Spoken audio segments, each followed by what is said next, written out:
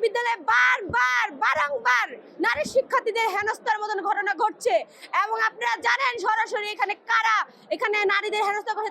আসসালামু আলাইকুম, আমি শান্তা আক্তার, শিক্ষা ও গবেষণা ইনস্টিটিউট 17তম আবর্তন।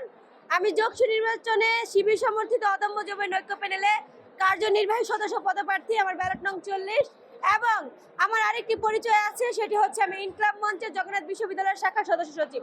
আজকে আপনারা জানেন আমি এখানে কেন উপস্থিত হয়েছি। জগন্নাথ বিশ্ববিদ্যালয়ে বারংবার নারী শিক্ষার্থীদের হেনস্থার মতন ঘটনা ঘটছে এবং আপনারা জানেন সরাসরি এখানে নারীদের হেনস্থা করছে। তারা মুখে বুলি উড়াচ্ছে যে তারা নারী শিক্ষার্থীদের জন্য নিরাপদ ক্যাম্পাস করবে, কিন্তু তাদের কাজ এবং কথার মধ্যে আমরা কতটুকু পার্থক্য খুঁজে পাচ্ছি। আজকে আমরা নির্বাচনের দিন কিন্তু এটা পুরো বাংলাদেশের কাছে প্রমাণিত হয়েছে। আপনারা জানেন গত 30শে ডিসেম্বর যখন আমাদের নির্বাচন স্থগিত করার কারণে সাধারণ শিক্ষার্থী সব প্রত্যেকের মনে কিন্তু ক্ষোভের সৃষ্টি হয়েছিল। ওই দিন আপনারা জানেন আমি নারায়ে তাকবীর আল্লাহু আকবার যখন স্লোগান দিয়েছিলাম, এটাকে আমি বিশ্বাস করি এটা ইনসাফের স্লোগান। কিন্তু আপনারা জানেন ঠিক কারা আমার হাত থেকে মাইক কেড়ে নিয়েছিল। জগন্নাথ বিশ্ববিদ্যালয় শাখার ছাত্র দল সরাসরি আমার হাত থেকে মাইক কেড়ে নিয়ে কিন্তু তারা ক্ষান্ত হন নাই। তারা যদি শুধু মাইক কেড়ে নিয়ে ক্ষান্ত হইতেন তাহলে আমি তাদের ক্ষমা সুন্দর দৃষ্টিতে দেখতাম। তারা নারায়ে তাকবীর আল্লাহু আকবার স্লোগানের মতন একটা স্লোগানে ভুয়া স্লোগান দিয়েছে এবং আপনারা দেখেছেন তারা আমার প্রতি কি পরিমাণ ক্ষোভের সাথে আমি সেই দিন আমি জুলুমের শিকার হয়েছিলাম। আমার সাথে যারা যখন এরকম ব্যবহার করেছে আমি আশা করেছিলাম তারা আমার কাছে ক্ষমা চাইবে। ঠিক আছে, আমার কাছে ক্ষমা চান নাই, সেটা আমি মেনে নিচ্ছি।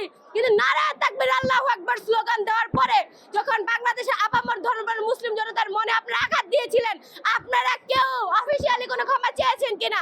আপনারা ক্ষমা চান নাই।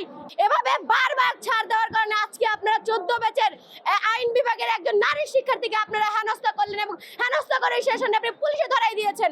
যখন আপনারা বলেছিলেন যে আপনার নারী শিক্ষার্থীদের নিরাপত্তা আপনারা নিশ্চিত করবেন এবং আপনারা নারী হেনস্থাকারী, তখন জগন্নাথ বিশ্ববিদ্যালয়ের শিক্ষার্থীদের আমি বলবো যে নারী হেনস্থাকারীদের না বলুন এবং যারা নারী হেনস্থা করে তাদেরকে চিনে রাখুন এবং তাদেরকে ভবিষ্যতে প্রতিহত করতে হবে। যারা নারায়ে তাকবীর আল্লাহু আকবারের মতো স্লোগান সহ্য করতে পারে না, তারা কিভাবে বাংলাদেশের নারীদের মা বোনদের সুরক্ষা করবে এবং তাদের নিরাপত্তা নিশ্চিত করবে?